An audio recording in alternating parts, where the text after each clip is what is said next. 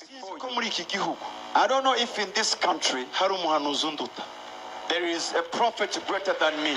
Ibi mbabwiye si ukwirata I am not boasting, kandi Imana ibimbabarire and may God forgive me niba hari akantu ko kwirata kandi if that is a sign of sinzi boasting. ko muri iki gihugu I don't know if in this country, muri Afrika in Africa, mufite umuhanuzi umeze if you nkawe. have a prophet like me,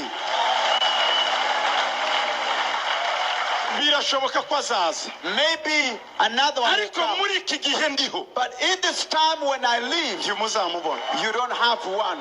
muzamushakishe, Go and run after them, look for them. muzamushakishe, Go and look for them mumumbwire. and tell me the one you find. Ababyenda muramufite none Maybe you mujya have one. mwemera iby'abandi, mwemera ibyabo. You accept what they tell you. Ntabwo ari mwese barya babemera baraha mufite ikibazo. Those of who believe others, you have a problem.